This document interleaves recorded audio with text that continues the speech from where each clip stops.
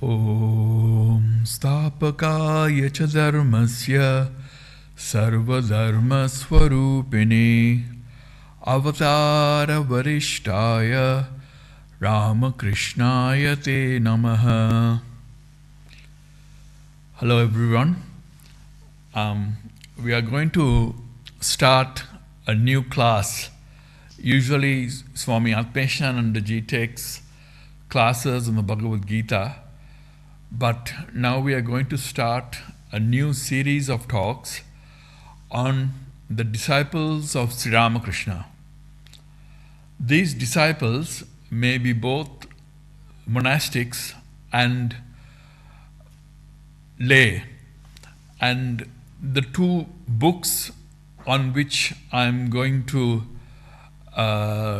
base these talks on is God Live With Them by Swami Chaitananandaji and They Live With God, also by Swami Chaitananandaji. Both these books cover the householder and the lay disciples of Sri Ramakrishna. And I'm going to assume, I do not know if I'm correct in doing this, but I'm going to assume that all of you have a knowledge of Sri Ramakrishna, because sometimes people have simply heard about him, sometimes people have read his life and his teachings, and I'm going to assume that you all know quite a bit about Sri Ramakrishna. But still, this lecture will be introductory. Introductory in the sense that I will give you a brief life sketch of Sri Ramakrishna based on these two books. Those two books are They Live With God and God Live With Them. One incident in the Gospel of Sri Ramakrishna that I quite like is when he asks certain devotees what they think of him. Or in the Gospel of Sri Ramakrishna by Master Mahashaya, there are a couple of entries that I like very much. The first is when Sri Ramakrishna says that it will be enough for people living a spiritual life who come here to know three things. First, who I am. Second, who they are. And finally, what their relationship with me is. Who am I? Sri Ramakrishna often asked his friends and admirers what they thought of him. That there may be many reasons for this. One possibility is that Sri Ramakrishna was trying to understand or fathom the depth of his admirers' understanding of him. Since the Gospel of Sri Ramakrishna was mostly in the presence of Master Mahashaya, this question was repeatedly asked to M. M's understanding of Sri Ramakrishna varied from being the Achintya Gach, the unrecognizable tree, to an incarnation of God like Chaitanya. So Sri Ramakrishna, when we read the Gospel of Sri Ramakrishna, sometimes he would ask the different devotees, what do you think of me? Just to understand what they were able to understand or recognize about Sri Ramakrishna. And since the Gospel of Sri Ramakrishna is mostly in the presence of Master Mahashaya, this question was mainly asked to him. In fact, a wonderful study will be M's evolution in his understanding of Sri Ramakrishna as given in the Gospel of Sri Ramakrishna. Whatever Sri Ramakrishna was, he was certainly very enigmatic. Many people who have written or spoken about him including Krishna Vrishawood or Swami Bhajanananda ji, have stressed the mystery around the incarnation. Swami Vivekananda, in his letters to his brother disciples, stated that each one should try and form their own idea of Sri Ramakrishna, rather than forcing down their throats ideas of what he was. To try and understand Sri Ramakrishna is a wonderful exercise, irrespective of it being for scholarly inquiry or spiritual inquiry, for those who have Sri Ramakrishna as their Ishta Devata or chosen ideal. Swami Chaitanananda, in his book Ramakrishna as We Saw Him, this is another book. On Sri Ramakrishna, I think Chaitanananda ji has three main books. The first is They Live with God, the second is God Live with Them, and the first one that came out was Sri Ramakrishna as We Saw Him. Swami Chaitanananda, in his book Ramakrishna as We Saw Him, talks about the benefits of Leela Chinta. Leela Chintan is reliving a particular incident relating to Sri Ramakrishna and ruminating on him with us in the picture. This has also been recommended to me by others. People practice this, especially with the Gospel of Sri Ramakrishna. So, as you know, in the Gospel of Sri Ramakrishna, everything is given by dates, and it flows in chronological order. So, Leela Chintan is putting you in the conversation and you being one of the audience watching and relating to what Sri Ramakrishna does and says along with the others. So it puts you in the picture and it is sort of dynamic. It's not like a static image that you're trying to concentrate on. There is this, it is dynamic because the incident slowly unfolds itself and you become a part of it. And that way you try and enrich your spiritual life. I have seen sadhus like Swami Prabhananda, who was a vice president of the Ramakrishna Mutt and Ramakrishna Mission, spend the better part of his time doing research on different aspects of Sri Ramakrishna's life. But he never revealed to me how much this impacted on his inner life as a sadhaka or a spiritual aspirant. The Bhakti scriptures talk of smarana as an important exercise. Smarana means to ruminate on a particular object. This is akin to manana of Advaita Vedanta, which occurs between Shravana and Nididhyasana. Whatever it is, concentrating on a holy personality like Sri Ramakrishna is bound to bring about a change in ourselves. The scriptures say that we acquire the qualities of the object we meditate upon. At the Guru Purnima function, I dwelt on the internal quest to know Sri Ramakrishna by describing how to meditate on him according to Swami Saradananda.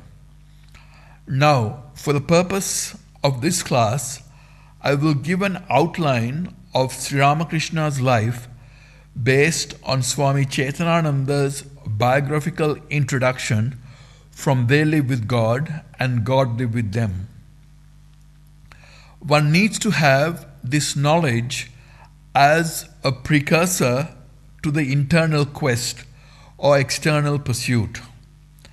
This will partly answer the question, who am I, raised at the beginning. I mentioned that in the Gospel of Sri Ramakrishna, Sri Ramakrishna says that people need to know three things. First is who he is, second, who they are, and third, what their relationship with him is. So this is basically an outline of Sri Ramakrishna. Thinking what he is, trying to understand what he is or what he stands for. One needs to have this knowledge as a precursor to the internal quest or external pursuit.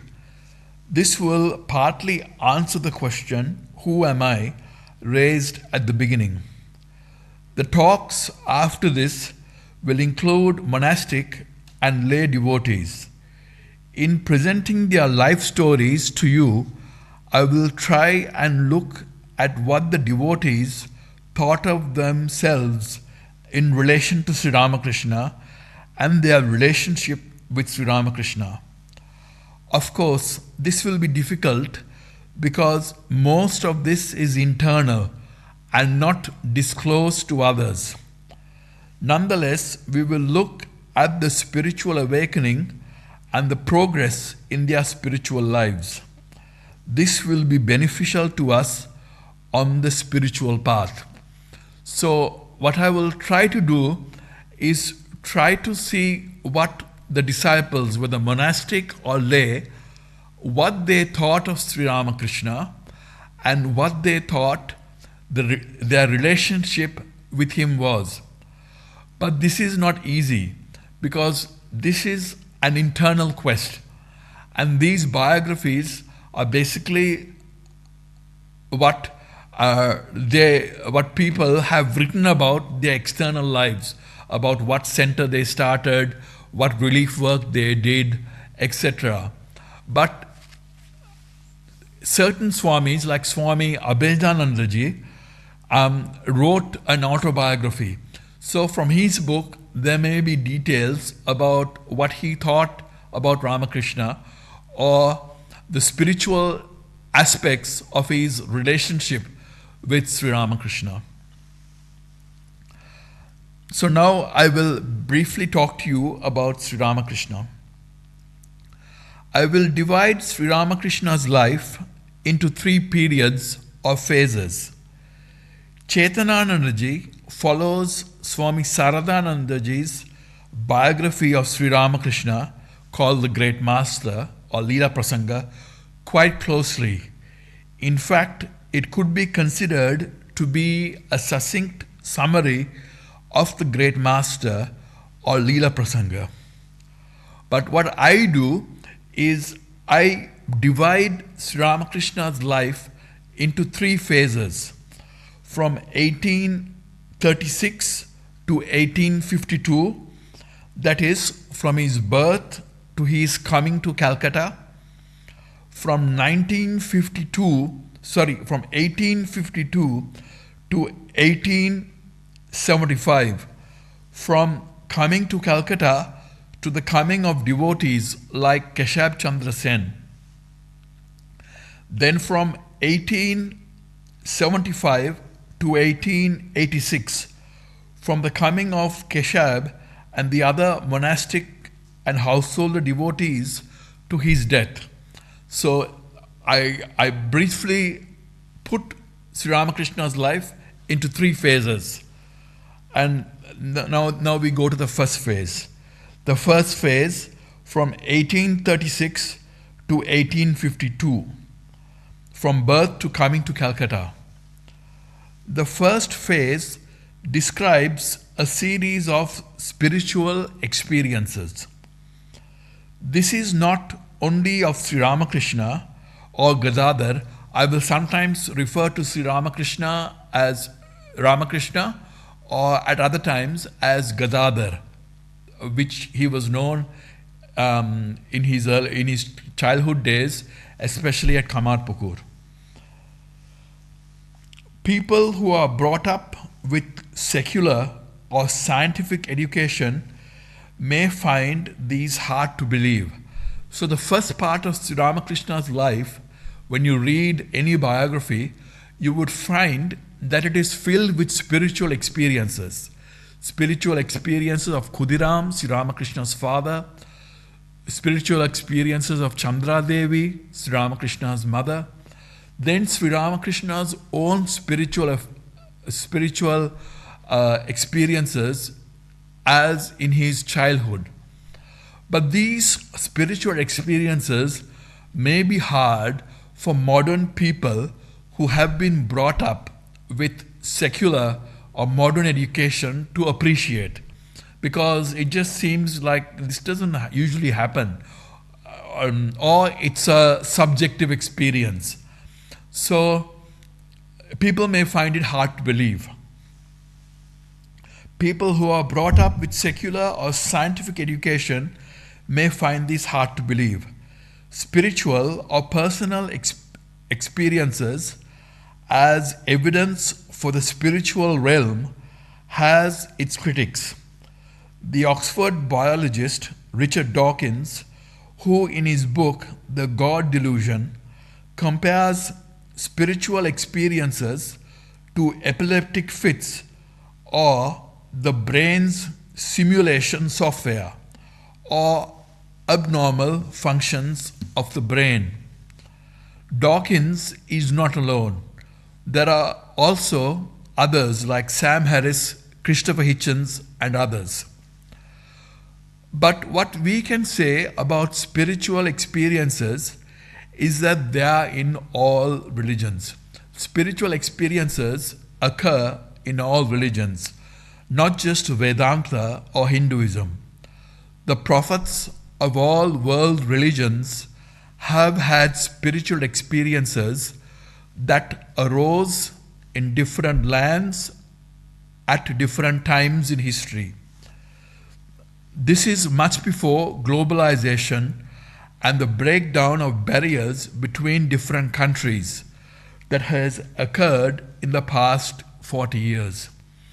So these spiritual experiences have happened in all religions, and they have happened at different times in history, and they have happened in different geographies in history. Jesus had an experience when he was baptized by John the Baptist. St. Paul had an experience on the way to Damascus. Muhammad heard the Quran from the angel Gabriel when he went to the mountain to meditate. Buddha had an experience of nirvana under the Bodhi tree. Arjuna had the Vishwarupa darshan of Sri Krishna in the 11th chapter of the Bhagavad Gita. The list goes on. To say that all these people had abnormalities in their brains or suffered from epileptic fits may be far-fetched. In the ancient world, there was trade, no doubt, through which ideas also exchanged. So in the olden days, there was trade and ideas also exchanged between different civilizations. But to say that all religions were thought of by someone based on spiritual experiences may not be a valid criticism. So there must be something in the different religions to make them so appealing to so many people throughout the world's history.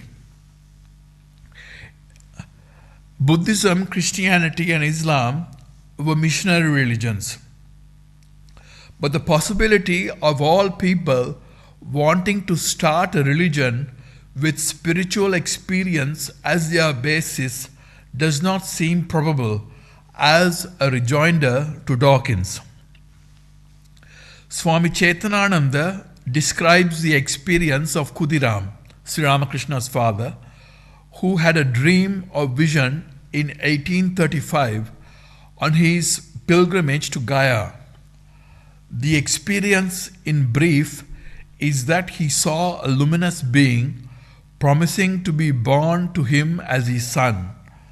When Khudiram protested because of his financial circumstances, the luminous being did not pay any heed to this. Chandra Devi, Sri Ramakrishna's mother, also had a spiritual experience. While praying before the Yogi Shiva temple, she saw a flood of light engulf her and enter into her. Since then, Chandra said that she had been in joy and in good health.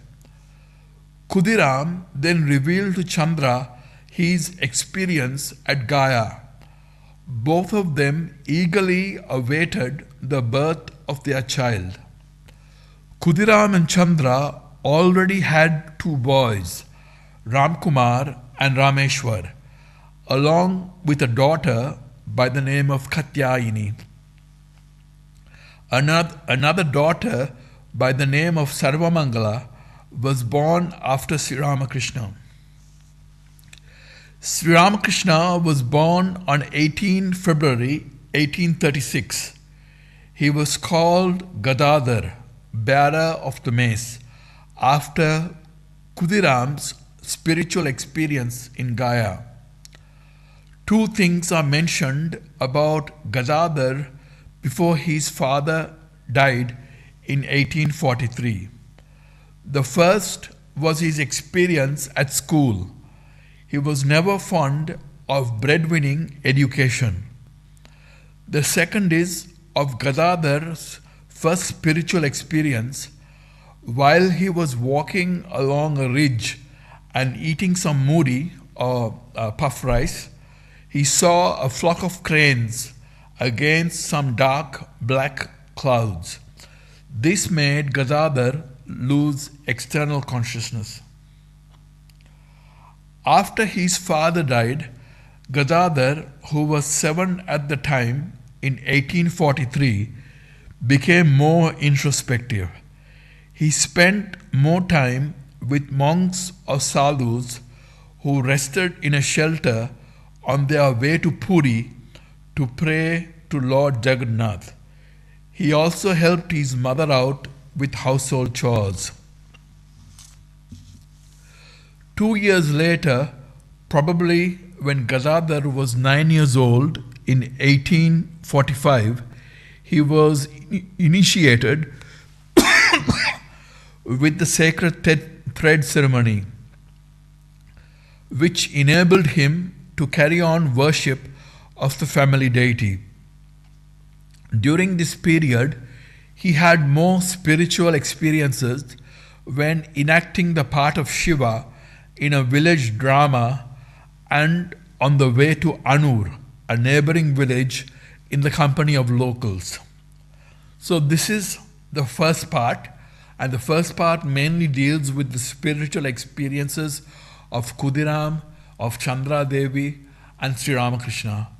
And Sri Ramakrishna's father passes away during this period, and he becomes much more introspective and helps his mother out as much as he could. Now we come to the second phase, between 1852 to 1875. This period mostly covers Sri Ramakrishna's stay in Dakshineshwar and his practice of spiritual disciplines. Ramkumar, the eldest brother of Gadadhar, came to Calcutta earlier and started a school in 1850. Gadadhar joined him in 1852. In 1855, the Dakshineshwar temple, the Dakshineshwar Kali temple, was inaugurated with Ramkumar as the priest. Gadadhar later joined him after some initial reservations. But the very next year, in 1856, Gadadhar lost his elder brother, Ramkumar. Ramakrishna began his spiritual practices to have the vision of the Divine Mother or Kali. His practices lasted for about 12 years. Over the first 6 years, he did not have a guru or practice according to scripture. He was consumed by intense aspiration over the initial years. Over the next 6 years, he practiced under a guru and according to scripture. Over this period, he practiced the A. 64 methods of the Tantras under Vairavi Brahmani as his guru. B. Vatsalya Bhava, or looking upon God as a child under Jatadhari. C. Advaita Vedanta under Totapuri. D. Various other Vaishnava Bhavas. E. Islam under Govinda Rai. He also had the experience of Jesus Christ. Over this period, in 1860, he returned to Kamarpukur and was married to Sarada Mukhopadhyay, who was just a young girl at the time. In 1868, Ramakrishna went on a pilgrimage to Varanasi and other places. In 1872, Sarada Devi came to spend some time with her husband in Dakshineshwar from Jarambati. Soon after her arrival, Sri Ramakrishna worshipped Sarada Devi as Shodashi on the Falaharani Kali Puja day. So this is the second period. So in the second period, which was between 1852 and 1875, we see Sri Ramakrishna come to Calcutta. Then he goes to the Dakshineshwar Kali temple. He performs his spiritual practices, which lasted for about 12 years. Over the first 6 years, he did not have a teacher. He was only propelled by an intense desire. And over the next 6 years, he practices under various gurus, both male and female, and he reaches the pinnacle of experience. Now we go to the third phase. The third phase is between 1875 and 1886. Sri Ramakrishna used to say that when a flower blooms, bees come at their own accord. The third and final period covers the coming and banding together of his devotees. His devotees range from Keshab Chandra Sen, a leader of the reform movement called Brahmo Samaj, who was introduced to him in 1875, to Narendranath Datta or Swami Vivekananda in 1881-1882. Keshab publicized Sri Ramakrishna through the publication and preaching of the Brahmo Samaj, while Swami Vivekananda presented him in India in the lectures from Colombo to Almora and abroad in America, England and France and other countries earlier. After Keshab, there were other devotees like Ram, Mano Mohan, who came to Sri Ramakrishna from 1879. These devotees can be broken into monks and lay devotees. Swami Chaitananda's book on the monastic disciples is called God Live With Them. And I will also consult Apostles of Sri Ramakrishna by Swami Gambirananda, published by Advaita Rashrama. Apostles of Sri Ramakrishna is also a book that I will consult, but it should be kept in mind that Swami Chaitananda ji takes a lot of relevant material from the Apostles of Sri Ramakrishna, and as far as I know, I don't think that is published nowadays, since these other biographies have come out. Swami Chaitanandaji's book on the life stories of disciples is They Live with God, which I mentioned earlier.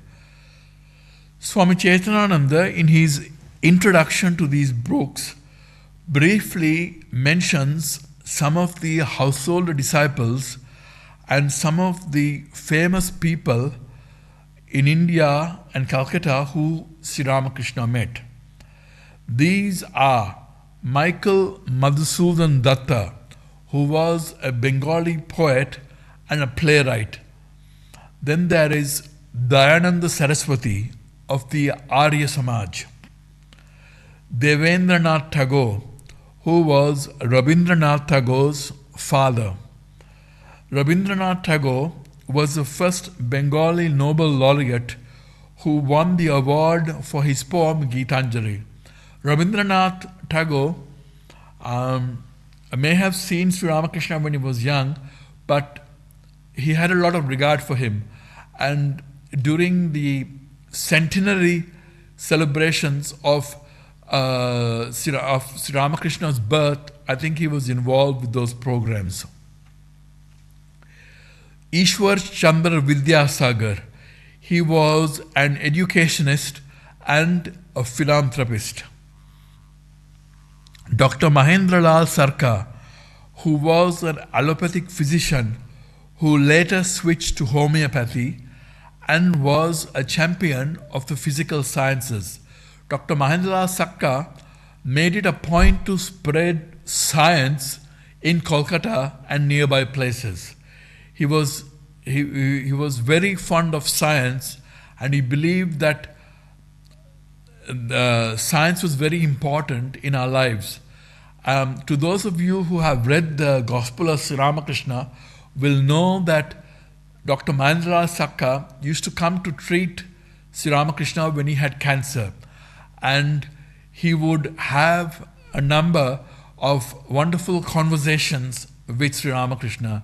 But he was always doubtful of Sri Ramakrishna, and he used to sometimes ask the devotees, "Why are you making pranams to him? He's only a human being." And he did not have that sort of reverence that the other devotees had. He was always very questioning and very scientific in his approach. And this Mahendralal Sarkar was the founder of the Indian Association for the Cultivation of Science in Jadarpur in Kolkata, which is still there. It is still functioning. The other famous person that Sri Ramakrishna met in the Gospel is Bankim Chandra Chattopadhyay, who was a novelist. So you must remember that Calcutta at that time was the capital of British India until 1911. As a result, it was the cultural center of India and throbbing with activity during Sri Ramakrishna's time. Towards the end of 1885, Sri Ramakrishna was diagnosed with throat cancer.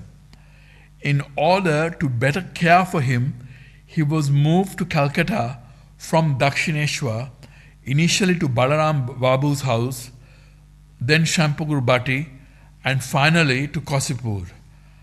After distributing some Geruva cloths to his devotees in, I think, January 1886, he passed away on the 16th of August 1886. This, in a nutshell, is a brief biography of Sri Ramakrishna based mostly on Swami Chaitananandaji's books. In the classes that follow, I will focus on the devotees and their relationship with Sri Ramakrishna as the focus. So we started off this talk with the thing that I want to try and run through all the classes that will follow, which is knowing the disciples' idea of Sri Ramakrishna. What did Sri Ramakrishna mean to them? And this at a spiritual level, not at a physical level. But I do not know how much information I will get on this, but this is the idea that I want to have in these talks. So in today's class, we simply looked at Sri Ramakrishna's life. We broke it up into 3 phases, and we saw how spiritual experiences play a large part in these lives, and even in the lives that I will study with you, like Brahmanandaji and Vijnanandaji. They had a number of spiritual experiences. Now, because we don't have those experiences, we think that there's maybe something wrong with it. But these people who had a very pure mind, you can say, had these spiritual experiences. So this is the starter. We'll see how long it goes for, and I will try and include the monastic disciples and the lay disciples. Thank you. Namaskar. Pranam.